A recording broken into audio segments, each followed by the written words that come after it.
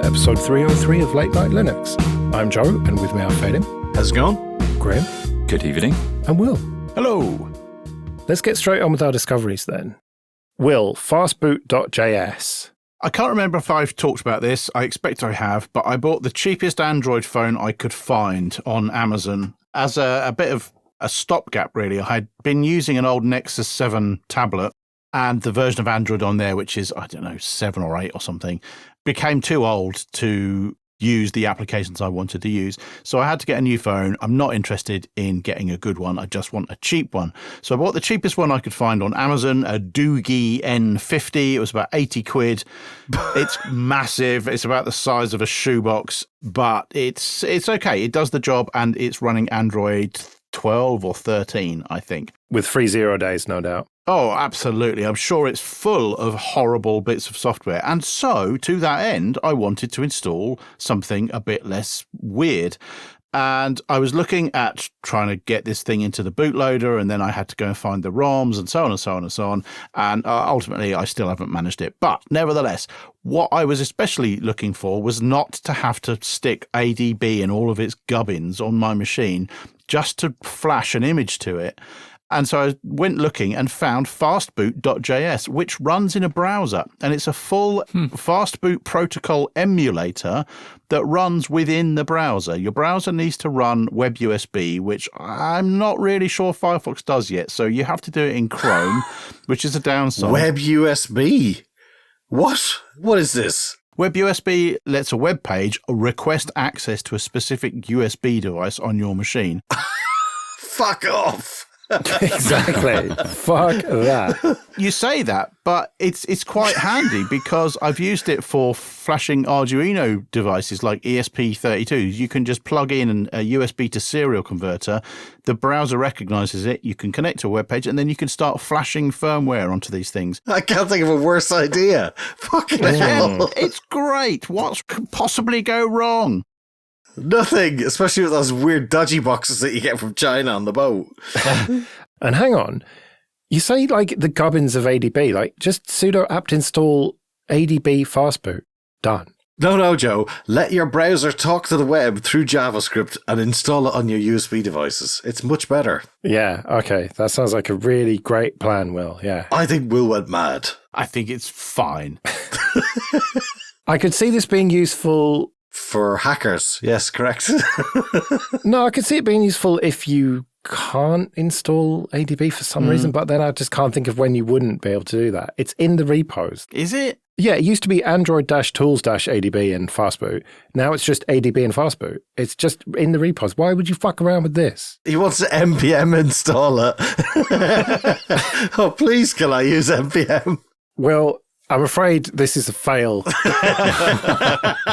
Nobody should be doing this.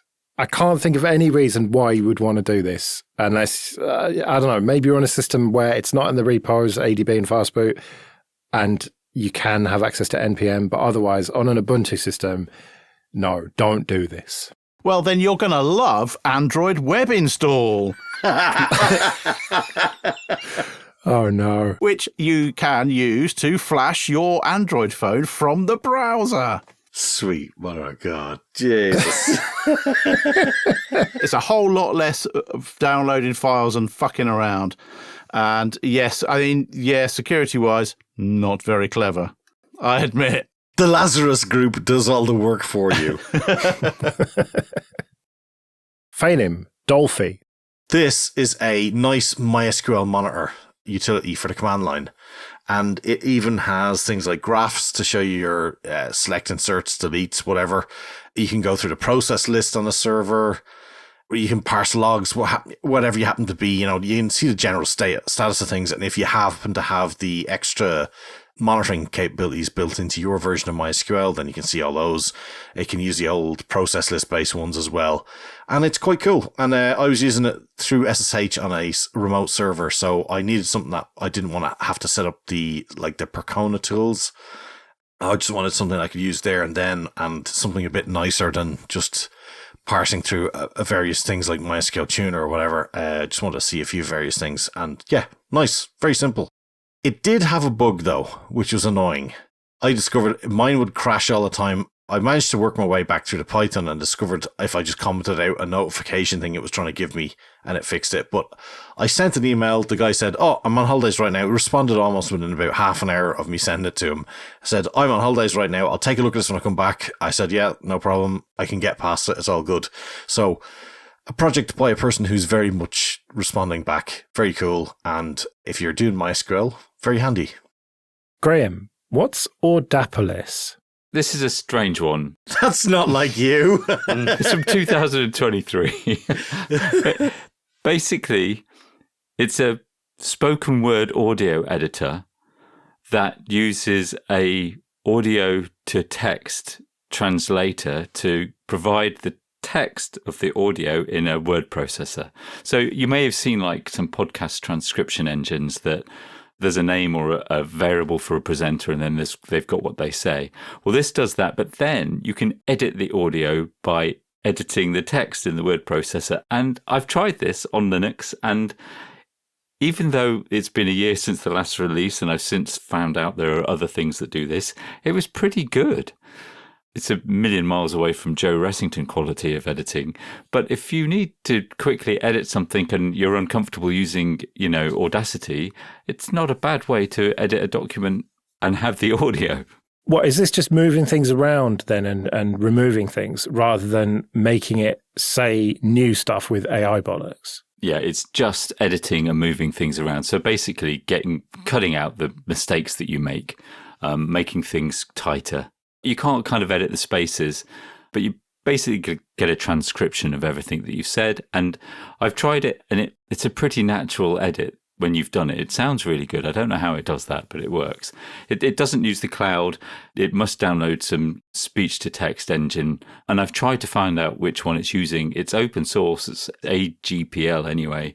So maybe there's some weird dependency in there, but it works. Maybe I could do a Control F for KDE and just automatically cut failings going on about that. It saved me a lot of time. Ooh. Yes. This looks very handy if you don't want to get down and dirty with Audacity, as you said. Yes. It does take some time to process the audio. There's a substantial download, I think, with the model, whatever it's using. And then it processes the audio. So depending on the length, I tried one of our podcasts and it was pretty accurate in splitting up our voices, and you can see who's saying what. But it took about 10 minutes, as I remember, at the kind of moderate quality on my normal system, which is like an i7 from a few years ago. It isn't as quick as loading up Audacity, but it's if you really have no idea about editing audio, I could see it being useful. Failim, Too Long. Too Long is written by the same guy who writes Rich, which is the Python library for making consoles really nice to look at. And it is essentially a way to, help you with too long of log files and then browse through them, search through them, and merge them together if you've got a whole load of them. And it's, I guess, trying to make the console a bit nicer for people who might not be either into that, or also people who are well seasoned and just fed up trying to get the data that they want to see. It allows you to scroll through log files nice and handily, or search through them, and then have a multi-pane view where you can actually see the value for the item that is too long to see in a standard width console. Looking at his textualized.io website, this is a person who really cares about visual flourish. Yeah, and it is an absolutely stunning library. It's so useful for a lot of stuff. I've only used tiny bits of it, but it can just really add something beautiful to some of the stuff you're doing. Just scrolling through this website, everything is animated and just pretty much everything I hate about computers, but that seemingly everyone else loves. It's all terminal-based, though. That's the beauty of it. It's it's great. Yeah, it's amazing how you can make terminal output actually look good with a bit of effort like this. I think it can often be easier and nicer to use than a GUI app as well. Well, and consistent, of course, across operating systems and everything. As long as you've got an SSH session into the machine where it's running, it's going to look the same. That's the advantage as well, isn't it? The simple way to get access to it remotely, especially when it's sort of traffic constrained. Very nice. Okay, this episode is sponsored by Tailscale. Go to tailscale.com/LNL. Tailscale is the easiest way to connect devices and services to each other, wherever they are. Everyone these days has a VPN as a sponsor, but Tailscale isn't like those. This isn't about hiding your browsing habits from coffee shop owners, and it's not about watching Netflix in another country. Tailscale is a proper VPN for connecting your devices securely. It's great for companies, and it's great for self-hosters. Tailscale is incredibly easy to set up. I got it up and running on 2 machines in just a few minutes, without opening any ports. Then I could SSH from one machine to another as if they were on the same LAN, even though they were on different sides of London.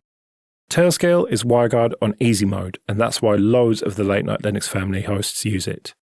Tailscale's personal plan will always be free, so support the show and try Tailscale out for free today. You'll get up to 100 devices and 3 users for free at tailscale.com/LNL with no credit card required. That's tailscale.com/LNL. On to a bit of admin then. First of all, thank you everyone who supports us with PayPal and Patreon. We really do appreciate that. If you want to join those people, you can go to latenightlinux.com/support. And remember that for various amounts on Patreon, you can get an advert-free RSS feed of either just this show or all the shows in the Late Night Linux family. And if you want to get in contact, you can email show@latenightlinux.com. Phelim, topics in computer graphics. Yeah, so I technically did study this in university, but I wouldn't like to try and claim that I know any of it, but I did see this, and I saw some math stuff recently as well that was talking about it all and, you know, how latest graphics cards work and all that. And I just thought it's actually quite interesting, and I'd almost wish I could send this back to myself and enjoy it a bit more back in the day, where it was more a case of just trying to pass fucking exams and not actually enjoy it. But this is great because it goes through all different equations and matrices that they use for doing various things, how humans see colors and shapes and all that. And yeah, it's actually really interesting. But, you know, I don't know whether you generally get a chance to enjoy it when you actually have to do that as a learning thing back in uni or whatever. All right, it's time I preached the good word about ZFS, I think. I know Phelim is very much on board with this. So ZFS is a copy on write file system. So you take a disk or a couple of disks or a load of disks and say, create a ZFS pool on those disks. So in my case, I generally do it as a mirror. So I've got a mirror of 2 18 terabyte disks, for example. Now, you could just do that and then start copying a load of shit onto it, and you would get the benefit of, at least on Ubuntu by default, every month it does a scrub. And that means it goes through, checks every single file against the checksum that was created when you copied that file onto ZFS, and then tells you if any of those files have become corrupt through bit rot, that sort of thing. And if you've got 2 disks at least in your pool, then it will attempt to fix those broken files for you and generally do a pretty good job of it, I hear. So that on its own is worth doing. What you can also create is data sets, which I like to think about as kind of a directory or a folder, because that's what it shows up to as a Linux system. And so, you know, you might create a data set for music, for example, and then you copy all your albums onto that data set. And then you might create one for documents and one for movies, all the DVD rips that you've done over the years. And the beauty of these data sets is that you can snapshot them and you can replicate them. So I use a tool that Jim from 2.5 Admins wrote called Sanoid to do snapshots. So it takes these snapshots at regular intervals. You can just set that in a config file. And the beauty of snapshots is this, right? Say I've got a load of documents in a data set and I'm doing regular snapshots every hour. And then somehow I completely fuck it up and delete them, or I get ransomware and they'll get overwritten and encrypted. I can then roll back the data set to the last snapshot I had in less than a second and just be completely up and running again. And you can use replication to send that off to another disk in the same machine or another box on your network, or you can do what I do with Tailscale and send it off to my parents' house. And so if you set things up with ZFS, datasets, snapshots, and replication, it is by far the best way to do backups, in my opinion. Phelim, back me up. 100%. 110%, in fact. The mathematically most possible way that something is the best. It is fantastic. And the way of transferring data, because it's block level, means that you're not having to compare what changed. Oh, yeah. Because every time something gets a snapshot, you're not making a new file in the same sense of copying one file to a different location. You're saying, make the snapshot first, and then what changes gets added to a different little set, and then that snapshot goes over to the other side. And that's only tiny compared to the other stuff. So it's so fast, it's unreal. If you're doing an rsync of any size that's halfway big to another site, you're talking hours as it goes through to find out what's changed, then starts copying it, and then at the end of it tells you that, yeah, that changed halfway through me copying it, so it's now fucked. So say you've got like 100 gigabytes of documents, right? Which is not out of the question if it's a relatively big company. If you're doing an rsync-based backup, you've got thousands and thousands of documents for rsync to check through when it wants to do the backup to the offsite or wherever. Whereas with ZFS, if you've only changed a couple of files, then it's only going to be very slightly different. And at the block level, it's a tiny, tiny difference. And it just sends that difference, as Phelim said. And so it's just far, far quicker. I don't understand why people don't use ZFS. Well, I kind of do, because of the advocacy is quite strong for it, shall we say. But I asked you, Will and Graham, do you use ZFS? And you said that you have used it previously, but don't do it now. What's wrong with you? I used it on the desktop when we were doing a lot more work around ZFS, and those features which you described are very useful, but I don't have a need for those sorts of features anymore. Most of the work that I do is stored somewhere in the cloud, and I'm not really editing and I don't know, creating files locally very much anymore. Right. Because that's just not my job anymore.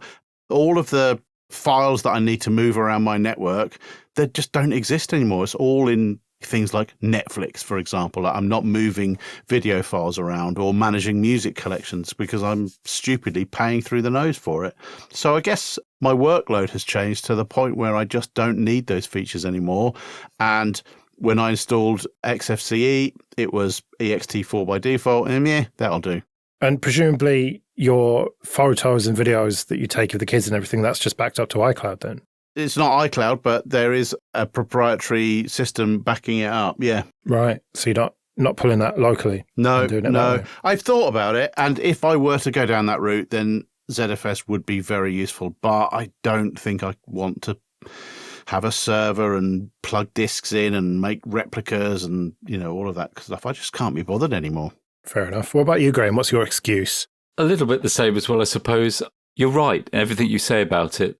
I used Btrfs for a long time as well, but I mean, my main machine that I use every single day, I kind of manually back up the things that I need to copy, and which isn't that much. And part of me really wants everything to fail and for me to lose everything. Burn it to the ground. Yeah. Genuinely, because it's such a mess, my file system, that to start putting ZFS on it would just add another level of confusion and complication. And I'm just keeping things simple. Now, I know that isn't the right thing. We back up a load of files here to a NAS, which is also copied to a NAS at my mum's house. And, maybe that could be easier with ZFS, but it just was so easy to set up, I don't even think about it. And I just don't have the professional demands maybe that you do. Are they Synologies then? No, this is just a manual external drive and a couple of old PCs. The Wise here is set up to do that, and then one of my mum's. Right. And you just don't care about your data then? Okay. Well, I do. The data that I do really care about, I make sure is really backed up. But how are you testing the backups? Because that's the thing about ZFS, is that it's doing that scrub every month. And so I know that data is intact on my local backups and my offsite. Well, a lot of those things sync to my laptop, as well as the PC, as well as the NAS, to my mum's and to other people's computers here in the house as well. Also, I'd be happy if it all went. And I just want to become a farmer. Right. Well, that's a good reason, I suppose. But Phelim, it's nice to have a proper source of truth, isn't it? Oh yeah, 100%. And so my OS disk is very simple, where my home directory sits, but I Borg back up the various things on that's important to the local ZFS disk, but I've got 2 fast SSDs that operate from my Steam library and for my virtual machines, but they're only holding backups for a short amount of time, like a couple of days. And then that gets sent onto the 2 Western Digital black drives that sit in my machine. And those get kept for a very long time, like 6 months per whatever. You know, I have various different things for their different size stuff. And then they get shipped off to my folks' house where I can do a very simple backup every night where, you know, not that much changes, a few gigabytes. And then that gets sent off there. So I've got a hot copy at both locations. They're both getting tested all the time. And that's the advantage of it all. And it makes a massive difference to know that there's not a silent corruption going on there. Well, exactly. I've got my one source of truth, which is the NAS, the 2 18 terabyte disks in the mirror, and everything gets dumped on there manually via Samba. And then that is checked every month, so I know that that is all good. And then that gets replicated off to the various other places that it's backed up. And I just wouldn't feel comfortable chucking that on ext4 or, you know, a non-ZFS file system, really. I do, of course, back it up to ext4 and FAT32 of all things, just in case I've got an external drive connected to that NAS. So my eggs aren't all in the ZFS basket, but it's a pretty strong basket in all fairness. Well, yeah, that's the ultimate source of truth, is that one big pool with my various data sets on it.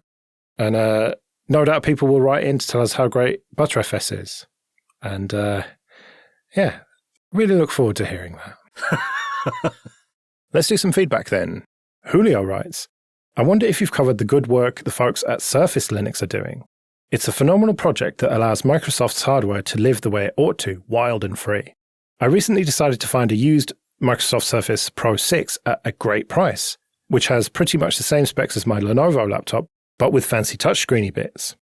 Because of the amazing work on a Surface Linux kernel and a few drivers, nearly all the hardware is working, which allows me to use the device with Debian and GNOME on Wayland. Auto-rotate, on-screen keyboard, the pen, it all works. I say almost because I was able to get the cameras working with libcamera, but software like Teams and Discord don't yet support libcamera. Why did you have to write this to me, Julio? I just want to buy a Surface now, just to put it on and play with it. I felt exactly the same thing, because I've always kind of liked the look of them. Yeah. But I never wanted to deal with Windows on them. I did look on eBay, and the Surface Pro 6 is not quite as cheap as I want it to be to justify it. Because it's basically a tablet, isn't it? With an attachable keyboard, but a lot of them just get sold as just the tablet, on eBay at least. And that's kind of been the dream for a while, to have a proper Linux tablet. And I think GNOME would be good if the hardware was right. Boo. Whatever. So I think I'm going to keep an eye out for this and just add it to the stack. But yeah, curse you, Julio. Right, well, we better get out of here then. We'll be back next week when it'll probably be news and stuff, but we'll have to see. Until then, I've been Joe. I've been Phelan. I've been Graham. And I've been Will. See you later.